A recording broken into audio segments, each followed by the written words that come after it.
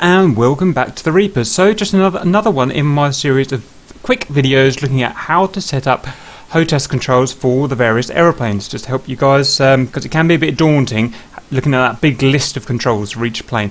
Okay, today we're doing the Spitfire. This will cover the clip wing and the non-clip wing Spitfire. So basically I just show you how I set it up for my HOTAS. My HOTAS is an X56 Cytec Rhino, kind of middle of the range HOTAS. Yours will almost certainly be a different stick, but sticks tend to be similar, have the buttons in the same sort of places. So I'll explain which button I'm putting where on the HOTAS, and if you like you can have the same kind of setup as me.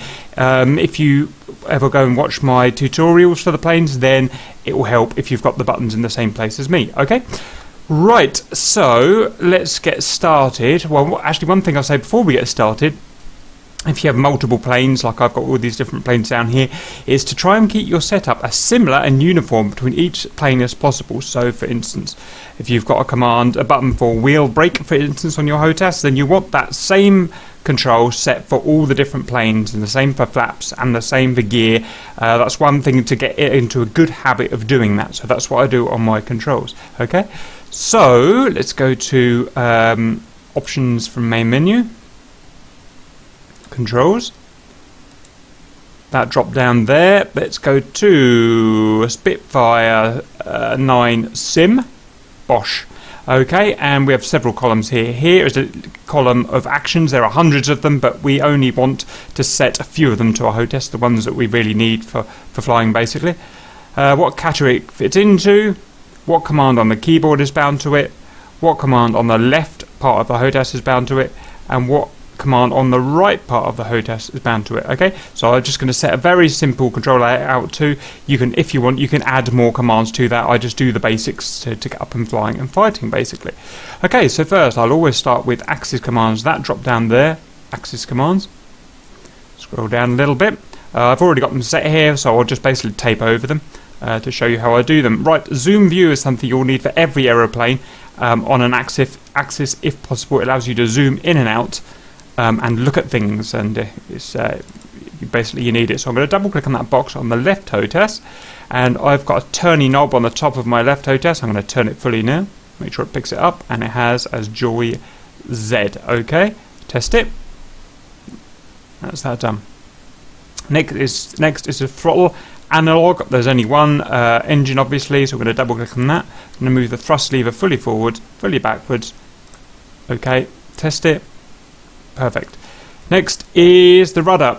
So we're going over to our right control stick HOTAS here, so double click on it.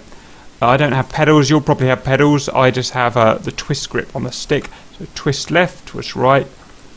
Okay. Test it. Okay, axis tune. Now we can see that the red dot is away from the black square. That's bad. That means it's slightly off center just because it's old and decrepit, a bit like me, basically. So what we want to do to stop it pulling to the left or right is add some dead zone there, so that it settles where it wants to in that dead zone. Okay, so they'll allow you to have a no rudder input when it's neutralized. Okay, so that's something we need to do.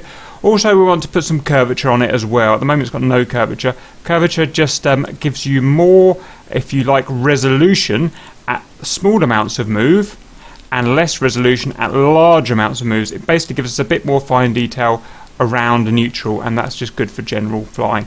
And 25 is just what I like for all my planes. Okay, next we're going to go to roll and double click, and we're going to move the control stick right HOTAS to the left and then to the right.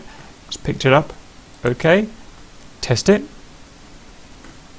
tune it, and the dead zone's fine, it just needs some curvature on that. And we're going to go for 25. Okay, and the pitch as well, double click, forwards, backwards.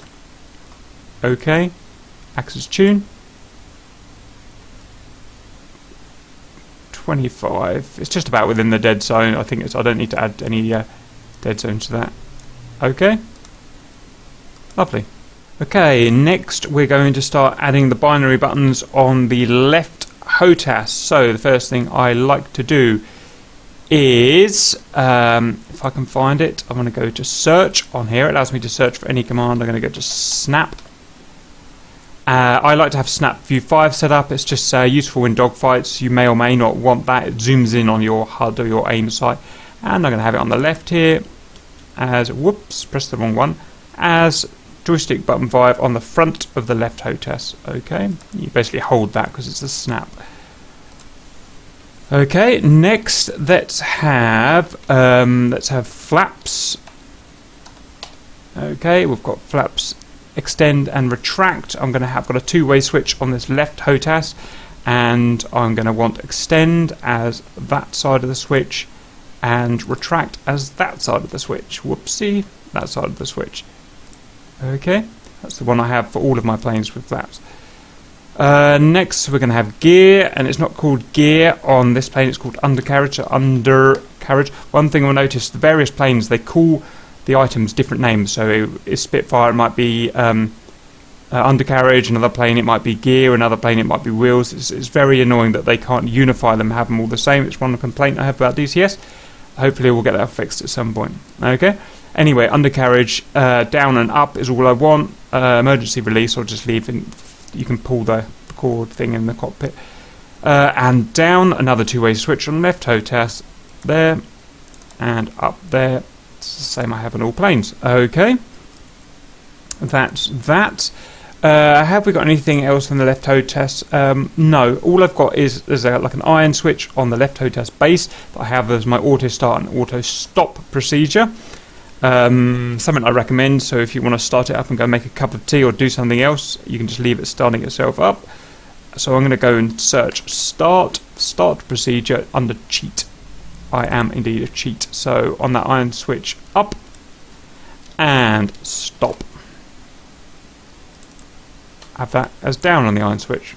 Okay, that's the left HOTAS done. Pretty simple plane to set up for the basic commands. Now we're going to go to the right HOTAS stick binaries. Right, okay, first of all, let's go and get the trigger. So I think it's called fire guns. No, it's not. What is it? Fire machine guns and cannons. So it fires the machine guns and the cannons at the same time. Going to the right HOTAS stick, trigger 1. Okay. Next, we want to drop bombs with a trigger 2. So type drop bombs. There it is. Right HOTAS, trigger 2 on the right HOTAS. Bosh. Okay.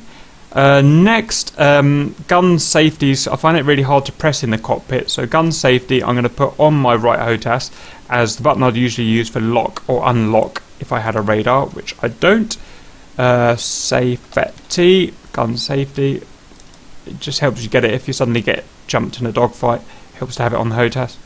Okay. Lovely. Next, trim.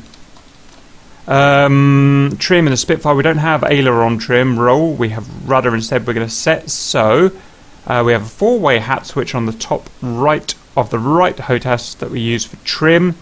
So nose down is going to be down on that hat switch, up, rudder left, and rudder right. Pow. Okay. Okay, and then all we've got left is wheel brake, which is nice and easy. Wheel brakes here, and I've got it as my, on the right HOTAS, as my normal wheel brake switch. Number 6. Kapow. Done. And that's all I have set. Okay, to accept. That's all I have set up for the Spitfire. Just keep it super simple. Like I said, if you want to add extra commands in there, go ahead. But that just gives the basic skeleton of how to fly and gets you up in the air and fighting. Right, I hope that helps, and I'll see you later.